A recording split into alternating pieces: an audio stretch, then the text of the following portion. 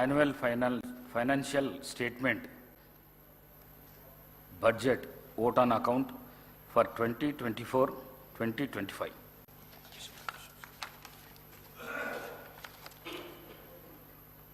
I request the Deputy Chief Minister to move the motion on the annual financial statement budget vote on account for 2024-2025. Speaker, sir, I beg to move that the government be granted a sum not exceeding rupees 78,911 crores 23,79,000 for meeting the essential expenditure for the first 4 months in the year 2024-25 as per the heads of demands shown in the notice dated 10th February 2024. Motion moved. Supplementary estimates expenditures for 2023-2024. I request the Deputy Chief Minister to move the motion for supplementary estimates of expenditure for 2023-2024. Speaker, sir, I beg to move that the government be granted a sum not exceeding rupees 46,400 crores 40,09,000 for further expenditure during the year 2023-24 as per the heads of demands shown in the notice dated 12th February 2024. Motion moved. LM Minister garu Sridhar Babu garu. అధ్యక్ష, మొన్న మీ అనుమతితో మొన్న గౌరవ ముఖ్యమంత్రి గారు అదేవిధంగా గౌరవ irrigation మంత్రి గారు ఈరోజు గౌరవ శాసన సభ్యులని శాసన మండలి సభ్యులని అందరినీ కూడా కాళేశ్వరం ప్రాజెక్టులో మేడిగడ్డ బ్యారేజ్ సందర్శించటానికి రావాలని ఈ సభాముఖంగా వారు కోరటం జరిగింది. అధ్యక్ష, మనందరికీ తెలుసు, ఈరోజు రాష్ట్ర ప్రజలందరికీ తెలుసు, నేను గౌరవ సభ్యులందరినీ కూడా కోరుతా ఉన్నాం, తప్పకుండా మీరందరూ రావాలని.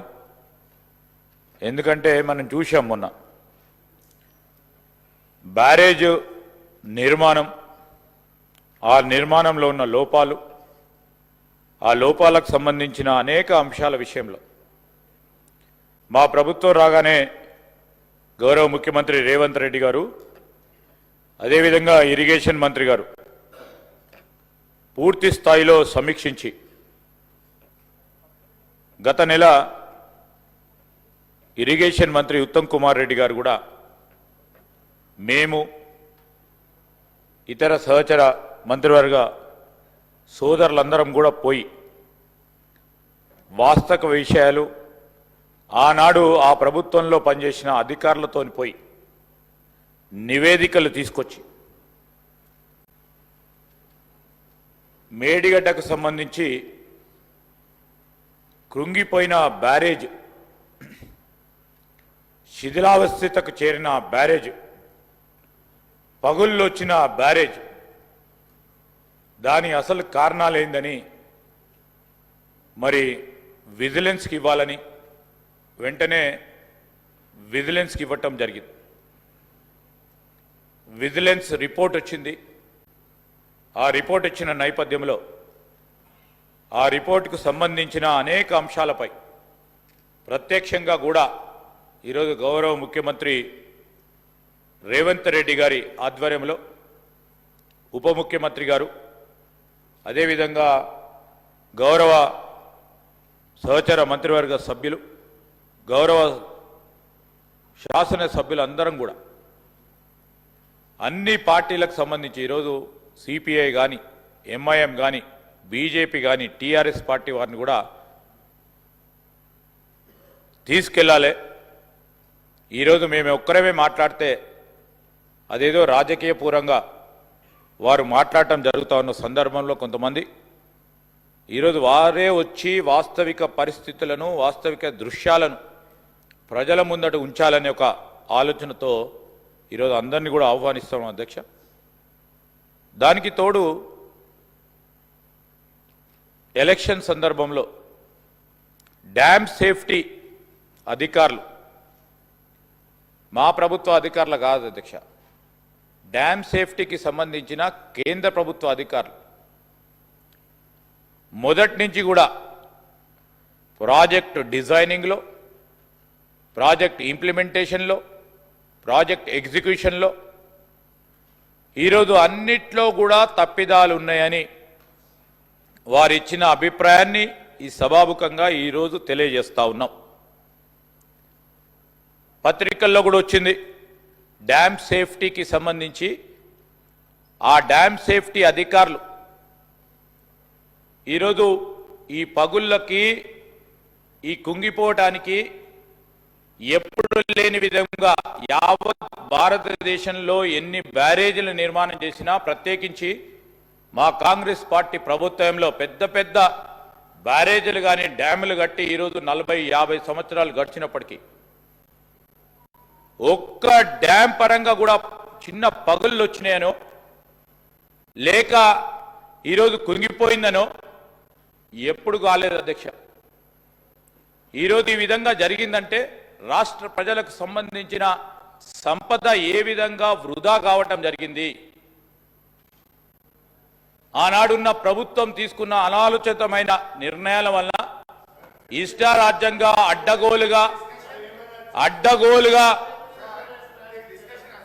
అడ్డగోలుగా నిర్మాణం జరిగింది కనుక పూర్తి స్థాయిలో అవినీతి జరిగిందని, ఆ అవినీతి వలన రాష్ట్ర ప్రజలకు సంబంధించిన ఖజానాకు సంబంధించిన డబ్బు ఏ విధంగా దుర్వినియోగమైందని విజిలెన్స్ రిపోర్ట్ ఇచ్చిన మాట వాస్తవాన్ని వారి దృష్టికి తీసుకెళ్తున్నాం అధ్యక్ష. వారి దృష్టికి తీసుకెళ్తా ఉన్నాం అధ్యక్ష. మేం చెప్పింది కాదు. ఈరోజు మా ప్రభుత్వం చెప్తే ఒక రీతిగా ఉంటది, మేమేం చెప్పలేదు అధ్యక్ష. ఒక పరంగా డ్యామ్ సేఫ్టీ అధికారులు, ఇంకో పరంగా అధికారుల పరంగానే విజిలెన్స్ రిపోర్టుకు సంబంధించి తీసుకున్న నిర్ణయం ప్రకారం ఈరోజు వాళ్ళే వాస్తవాలను చూడడానికి రమ్మంటున్నాం అధ్యక్ష. ఈరోజు వాస్తవాలను వారు స్వయాన వారి కళ్ళతో చూడాలని వారిని కోరుతా ఉన్నాం అధ్యక్ష. ఈరోజు మేము వారిని కూడా కోరేది ఒకటే. ఈరోజు నా నియోజకవర్గానికి సంబంధించిన 3 బ్యారేజీలు కట్టిన అధ్యక్ష. ఒక్క నిమిషం శ్రీధర్ బాబు గారు, ఒక్క నిమిషం. హరీష్ రావు గారు, ఎల్ఏ మినిస్టర్గా మీకు అనుభవం ఉన్నది. మీరు ఎల్ఏ మినిస్టర్గా ఈ సభల సీనియర్ సభ్యులు నిన్న 40 నిమిషాల టైంకు 1.5 అవర్ మీరు మాట్లాడినరు. మీరు కూడా రాజకీయ స్పీచ్లు ఇచ్చిండ్రు. మీరు ఈ విధంగా అడ్డుకోవడము సమంజసం కాదు. సభ మర్యాదలను కాపాడండి. శ్రీహరి గారు, మీరు కూడా సభ మర్యాదలను కాపాడండి. ఎల్ఏ మినిస్టర్ గారు సార్ మేమేం మిమ్మల్ని అంటలేం సార్. అధికారులు ఇచ్చిన రిపోర్టు ముందు పెడతా ఉన్నాం. ఎందుకు ఉలికి పడతా ఉన్నారు సార్? ఎందుకు ఉలికి పడతా ఉన్నారు? డ్యామ్ సేఫ్టీ అధికారి సార్, సభాపతి గారి అనుమతితో మాట్లాడటం జరుగుతూ ఉంది. గౌరవనీయులు హరీష్ రావు గారు కానీ, గౌరవనీయులు ప్రశాంత్ రెడ్డి గారు కానీ, గౌరవనీయులు శ్రీహరి గారికి సభాపతికి సంబంధించిన సర్వ అధికారాల గురించి వారికి తెలుసు.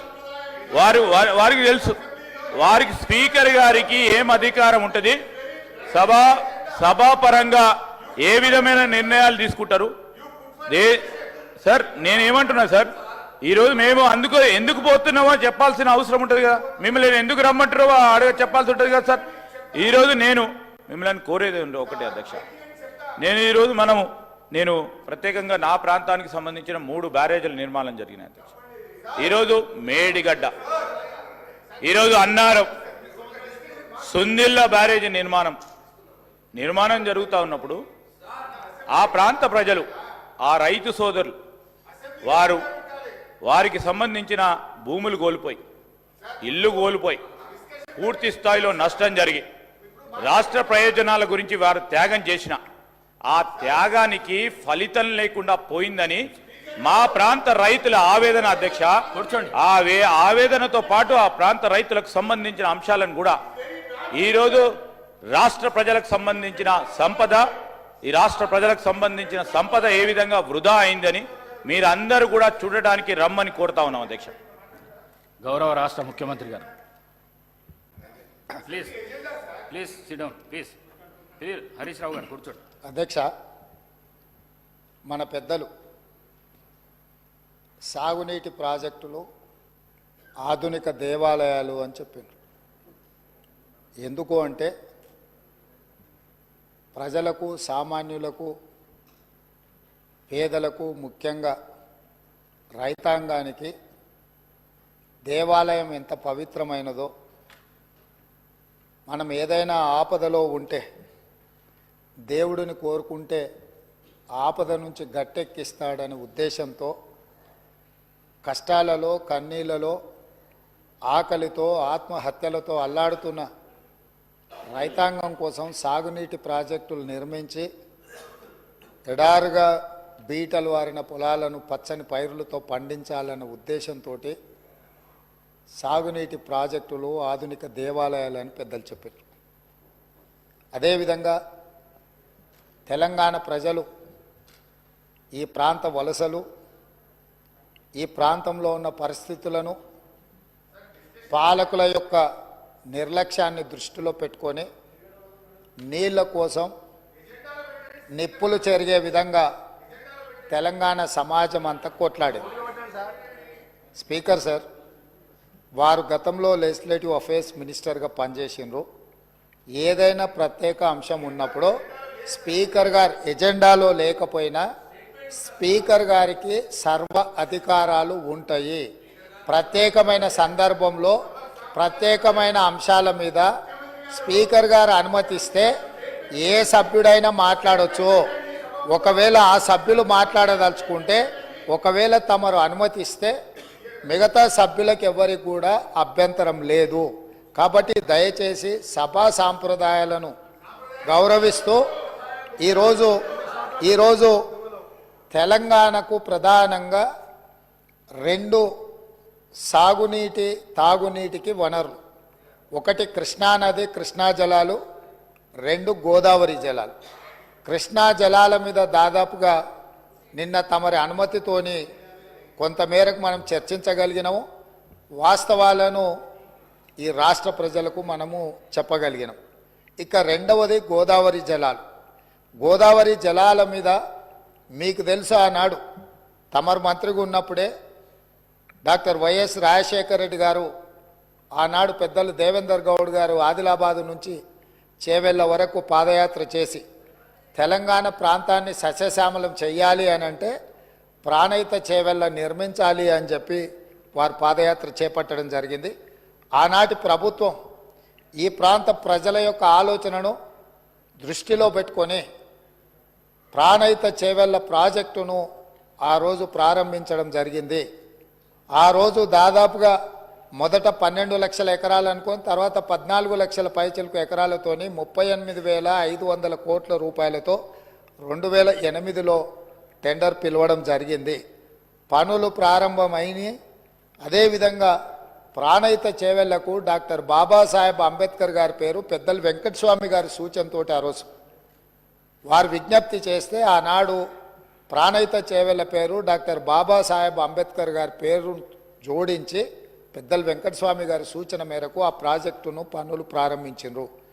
తెలంగాణ రాష్ట్రం వచ్చే వరకు ప్రాణహిత చేవెళ్ల పనులు ప్రారంభించి చేవెళ్లలో మీకు తెలుసు 1,000 కోట్ల రూపాయల పనులు జరిగినాయి. ప్రభుత్వం వచ్చిన తెలంగాణ రాష్ట్రం వచ్చి ప్రభుత్వం మారినాక కొంతకాలానికి అధికారంలో ఉన్న వాళ్లకు రీడిజైనింగ్ అనే ఒక బ్రహ్మ పదార్థాన్ని కనిపెట్టారు. ఆ బ్రహ్మ పదార్థంతోనే తుమ్మిడిహెట్టి దగ్గర నిర్మించాల్సిన ప్రాజెక్టును వివిధ మార్పులకు చేర్పులకు దారితీసి చివరికి మేడిగడ్డ, అన్నారము, సుందిల్ల ఇక్కడ బ్యారేజీలు కట్టి మేడిగడ్డ నుంచి లిఫ్ట్ చేసి అన్నారంలో పోస్తాం, అన్నారంలో నుంచి లిఫ్ట్ చేసి సుందిలలో పోస్తాం, సుందిలలో నుంచి నీళ్లు లిఫ్ట్ చేసి మిడ్మానేర్లో పోస్తాం, అక్కడి నుంచి మిగతా ప్రాంతాలకు నీటిని తరలిస్తామని చెప్పి ప్రాజెక్టు రీడిజైనింగ్ అని ఒక బ్రహ్మ పదార్థాన్ని కనిపెట్టి 38,500 కోట్ల రూపాయల అంచనాతో ప్రారంభమైన ఈ పనులను 1,47,000 కోట్ల రూపాయలకు పెంచింది అధ్యక్ష. అది కూడా పూర్తి డీటెయిల్ ప్రాజెక్ట్ రిపోర్ట్ ఉందంటే అది కూడా లేదు. ఇప్పటికీ 1,47,000 కోట్ల రూపాయలకు చేరింది. అది ఇంకా భవిష్యత్తులో పూర్తి చేయాలంటే 2.5 లక్షల కోట్లు అయిద్దా ఎంత అయితే ఇంతవరకు అంచనాలు వేయడానికి కూడా సాహసం చేసే పరిస్థితి లేదు. సరే, అంచనాలు ఎట్లా పెంచిండ్రు, ప్రాజెక్టు రీడిజైనింగ్ ఎట్లా చేసిండ్రు, సాంకేతిక పరమైన అంశాలేంది, సాంకేతిక నిపుణులు ఇచ్చిన ప్రాజెక్టు డిజైన్ ఏంది, దాని తర్వాత జరిగిన నిర్మాణం ఏంది, నిర్మాణం తర్వాత జరిగిన నిర్వహణ ఏంది, ఇవన్నీ ఒకెత్తైతే ఈరోజు మేడిగడ్డ బ్యారేజ్ అనేది కుంగిపోయింది అధ్యక్ష. కుంగిపోయినప్పుడు గతంలో ఉన్న ప్రభుత్వం ఏం చెప్పింది, బ్యారేజ్ కింద ఇసుక కదిలింది, ఇసుక కదిలితే ప్రాజెక్టు కుంగింది అని చెప్పిండ్రు అధ్యక్ష. నేను తమరి ద్వారా అడుగుతున్న అధ్యక్ష, ఇసుకలో పేక మేడలు కట్టిండ్రు అధ్యక్ష. ఇసుక కదిలేటట్ల ప్రాజెక్టు బ్యారేజు కట్టి 1,000 కోట్ల రూపాయలు ఖర్చు పెట్టి ఈరోజు అది కుంగిపోయితే చుట్టూత పోలీసు పహారాలు, వాఘా బార్డర్లో కూడా అంత పోలీసు పహారాలు లేవు. అంటే భారత్ పాకిస్తాన్ సరిహద్దులో వాఘా బార్డర్ ఉంటుంది. అంటే పాకిస్తాన్లోకి వెళ్ళాలి అని అంటే అక్కడ మొత్తం శత్రు దుర్భేద్య విధంగా పహారాలు కాస్తుంటారు పోలీసులు, అక్కడ ఉండే ఆర్మీ. అంతకంటే ఈ మేడిగడ్డ ప్రాంతంలో పిట్ట కూడా ఎగరడానికి వీలు లేకుండా ఆనాటి ప్రభుత్వం ఆ కుంగిన బ్యారేజ్ను ఎవరిని చూడకుండా దాన్ని దాచిపెట్టిండ్రు. దాంతో కేంద్ర ప్రభుత్వం దీనికి సంబంధించి ఫిర్యాదులు అందిన నేపథ్యంలో నేషనల్ డ్యామ్ సేఫ్ అథారిటీ అధికారులను పంపించి ప్రాథమికంగా ఆ ప్రాజెక్ట్ ఏం జరిగిందో చూసి ఒక నివేదిక ఇచ్చిండ్రు. ఆ కేంద్ర ప్రభుత్వం నుంచి ఇచ్చిన సాంకేతిక నిపుణులు ఇచ్చిన నివేదికను కూడా గత ప్రభుత్వం తప్పుపట్టింది. ఆ తర్వాత కాంగ్రెస్ అధికారంలోకి వచ్చిన తర్వాత అక్కడ జరుగుతున్న పరిణామాల నేపథ్యంలో కొంతమంది అధికారులు ఆఫీసుల నుంచి ఫైల్స్ మాయం చేసిందని టీవీలలో పేపర్లలో పెద్ద ఎత్తున వచ్చింది. తక్షణమే ప్రభుత్వం తేరుకొని విజిలెన్స్ అండ్ ఎన్ఫోర్స్మెంట్ అధికారులను మీరు ఆ ఫైళ్ళు మాయమవిన ఏమి మాయమైనాయి, ఎవరు మాయం చేసిండ్రు, అదేవిధంగా మేడిగడ్డ అన్నారం ప్రాజెక్టులలో జరిగిన అవకతవకల మీద మీరు ఒక నివేదిక తయారు చేయండి అని చెప్పి ప్రభుత్వం ఆదేశాలు ఇవ్వడం జరిగింది. సాగునీటి పారుదల శాఖ మంత్రి ఉత్తమ్ కుమార్ రెడ్డి గారు సూచన మేరకు ఈ ఆదేశాలు ఇచ్చినాం. వాళ్ళు పూర్తి స్థాయిలో వీటన్నిటిని పరిశీలించి ప్రాథమికంగా ఒక నివేదిక ఇచ్చారు. అందులో తీసుకున్న నిర్ణయాలు కానీ, లోపభూయిష్టమైన నిర్మాణాలు కానీ, నిర్వహణలో జరిగిన నిర్లక్ష్యానికి సంబంధించిన చాలా విషయాలను వాళ్ళు నివేదిక ఇచ్చిండ్రు. ఆ నివేదిక నేపథ్యంలో ఇప్పటి వరకు చాలామందికి సభ్యులకు కానీ రాష్ట్ర ప్రజలకు కానీ అక్కడ ఏం జరిగిందో ఏమైందో సంపూర్ణమైన సమాచారం లేదు. ఈరోజు కొత్తగా ఎన్నికైన శాసనసభ్యులు సగానికి పైగా ఉన్నారు. కొంతమంది సీనియర్లు ఉన్న ఈ ప్రాజెక్టులు నిర్వహణ పట్ల వాళ్ళకి ఏ మేరకు దాని మీద పట్టుందో మాకు తెలియదు. అందుకే మేము ఒక మంచి ఆలోచన చేసి ఉప ముఖ్యమంత్రి గారు ఆ మంత్రిని శాసనసభ నియోజకవర్గం నుంచి ఎమ్మెల్యేగా ఎన్నికై ఈరోజు మంత్రిగా IT and industries legislative affairs మినిస్టర్గా ఉన్న దుద్దిల్ల శ్రీధర్ బాబు గారు మనల్ని అందరినీ అక్కడికి రాండి, మీరందరూ చూడండి, అక్కడ ఏం జరిగిందో తెలుసుకోవాల్సిన బాధ్యత ప్రతి శాసనసభ్యుడు శాసన మండలి సభ్యుల మీద ఉన్నది. రేపు ఈ సభలో జరగబోయే చర్చలో కల్లారా చూసి ఇచ్చిన నివేదికల మీద మనం చర్చ చేపట్టాలి అని చెప్పి వారు సూచన చేసిండ్రు. ఈరోజు మంత్రి గారు కూడా నిన్న అంతకంటే ముందు మొన్న ఇదే సభలో మంత్రి గారు కూడా అధికారికంగా లేఖలు రాసిండ్రు. ఇంక్లూడింగ్ ప్రధాన ప్రతిపక్ష నాయకుడు కల్వకుంట్ల చంద్రశేఖరరావు గారికి, అదేవిధంగా భారతీయ జనతా పార్టీకి, ఎంఐఎంకు, సిపిఐ సభాపక్షాలకు అందరికీ కూడా ఉత్తమ్ కుమార్ రెడ్డి గారు లేఖ రాసి ఈరోజు 10 గంటలకు సభా సమావేశాన్ని ఏర్పాటు చేసుకొని దీని మీద ఆహ్వానం పలికిన తర్వాత మనము అక్కడికి బయలుదేరదామని చెప్పడం జరిగింది అధ్యక్ష. ఈ నేపథ్యంలో ఈరోజు మనమందరం మంతనికి వెళ్ళి మేడిగడ్డ బ్యారేజ్ను చూసి వాటి వివరాలన్నిటినీ తెలుసుకొని కళ్ళారా చూసి విజిలెన్స్ ఇచ్చే నివేదికను అక్కడ వాళ్ళు శాసనసభ్యులకు శాసన మండలి సభ్యులకు వివరించిన తర్వాత మంత్రులతో సహా అది చూసి వచ్చి రేపో ఎల్లుండో తమరి అనుమతితో సాగునీటి పారుదల శాఖ మంత్రి గారు శ్వేతపత్రాన్ని సభలో పెట్టబోతున్నారు, చర్చకు తీసుకురాబోతున్నారు. ఆ రోజు వీళ్ళందరూ చర్చించడానికి సభ్యులందరూ కూడా ఈ వాస్తవాలను చూసి ఈ వాస్తవాల నేపథ్యంలో చర్చ జరగడానికి అవగాహనతో కూడుకున్న చర్చ తెలంగాణ సమాజానికి తెలంగాణ రైతాంగానికి మేలు జరగాలి, మేలు చెయ్యాలి అనే ఒక సదుద్దేశంతో ఈరోజు ఈ కార్యక్రమాన్ని తీసుకున్నాము.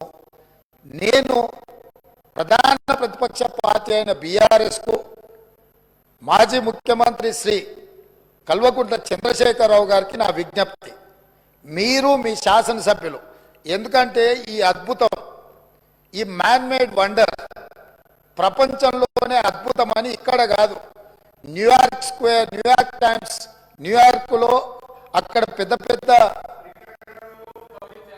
డిస్కవరీ ఛానల్స్తో పాటు న్యూయార్క్లో కూడా అక్కడ ప్రపంచంలో అద్భుతాలను ప్రదర్శించే దగ్గర కూడా దీన్ని ప్రదర్శించారు. సంతోషం. తమరు ముఖ్యమంత్రిగా ఉన్నప్పుడు తమరి ఆలోచనతో, తమరి అనుభవంతో, తమ ఆదేశాలతో ఈ అద్భుతాన్ని ఆవిష్కరించారు కదా.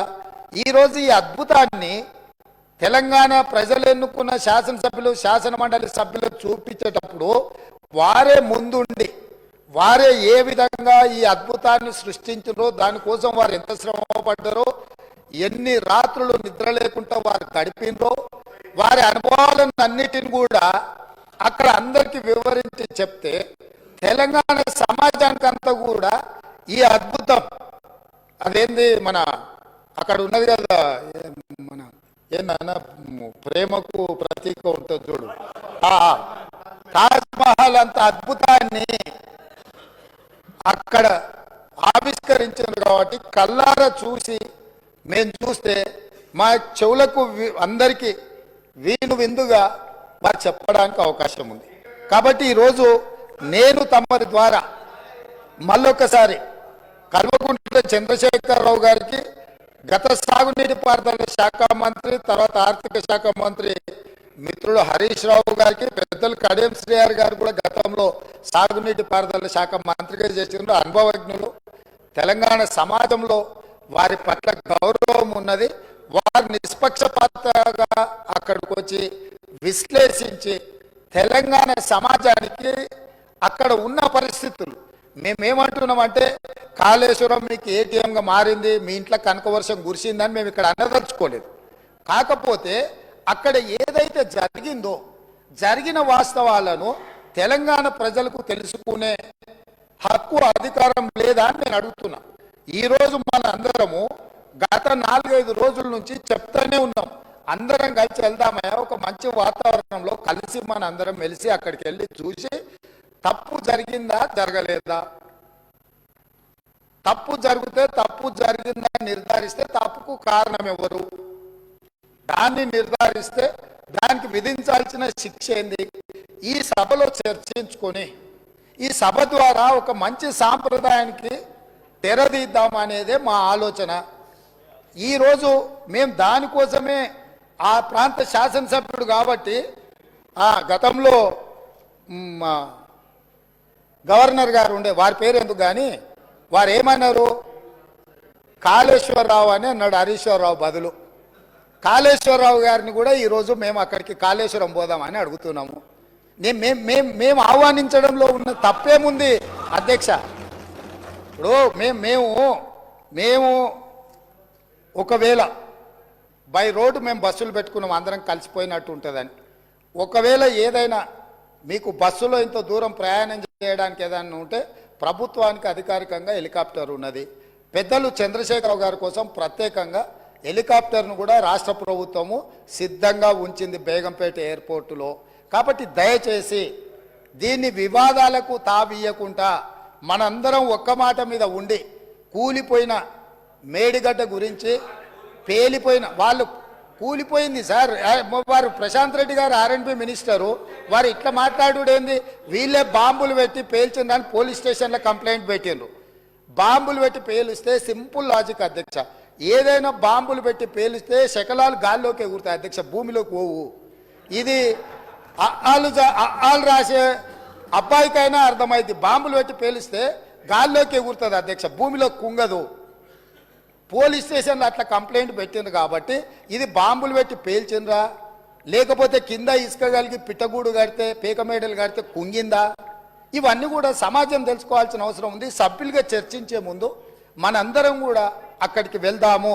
కాబట్టి దయచేసి సభాపక్ష నాయకుడుగా ప్రధాన ప్రతిపక్ష నాయకుడు శ్రీ చంద్రశేఖరరావు గారిని, అదేవిధంగా మాజీ సాగునీటి పారుదల ఆర్థిక శాఖ, ఎందుకంటే అన్ని నిధులు విడుదల చేసింది వారే కాబట్టి హరీష్ రావు గారిని, మా పెద్దలు కడెం శ్రీహరి గారికి ఈ తెలంగాణ సమాజం పట్ల, ఈ సమస్యల పట్ల, సాగునీటి ప్రాజెక్టుల పట్ల వారికి ఒక అవగాహన ఉన్నది.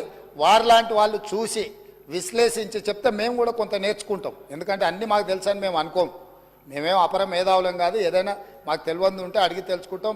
శ్రీహరి గారు లాంటి వాళ్ళు అనుభవజ్ఞులు, తుమ్మల నాగేశ్వరరావు గారు లాంటి అనుభవజ్ఞులు, గతంలో ఈ శాఖలలో మంత్రులుగా బాధ్యతలు నిర్వహించిన వాళ్ళు ఉన్నారు.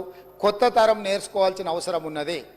నాకు కూడా శాఖలు ఎప్పుడు నేను నిర్వహించలేదు కాబట్టి నాకు కూడా నేర్చుకోవాల్సిన అవసరం ఉన్నది. నేర్చుకోవడానికి నేను సిద్ధంగా ఉన్నా. కాబట్టి దయచేసి ఇక్కడి నుంచి మనం అందరం బయలుదేరి అక్కడ చూసి అక్కడ ఉన్న పరిస్థితులను అన్నిటిని కూడా అవగాహన చేసుకొని రేపో ఎల్లుండో తమరి అనుమతి తీసుకొని మంత్రి గారు శ్వేతపత్రం ప్రవేశపెడతారు. శ్వేతపత్రంలో తెలంగాణలో ఉన్న ప్రాజెక్టులు అన్నిటి మీద చర్చ చేద్దాం. అదేవిధంగా కాళేశ్వరము, కాళేశ్వరరావు గారి మీద, వీటి మీద చర్చ చేద్దాం. ఇది ఎవరెవరికి ఏటీఎంగా మారింది, దీని సంగతి ఏంది, దీని కథ ఏంది, దీని కమామిస్ ఏంది, ఈ సభలో చర్చించుకుందామని తెలియజేస్తూ తమరు అవకాశం ఇచ్చినందుకు ధన్యవాదాలు తెలియజేస్తూ అందరినీ రావాల్సిందిగా, ప్రత్యేకంగా అందరినీ రావాల్సిందిగా, మళ్ళీ మీరు రేపో ఎల్లుండి అనుమతి ఇచ్చినప్పుడు దీని మీద చర్చ చేయడానికి మీరు అవకాశం ఇవ్వాల్సిందిగా కోరుకుంటున్నాను అధ్యక్ష. The House is urged to meet again at 10 a.m. tomorrow Wednesday, the 14th February 2024.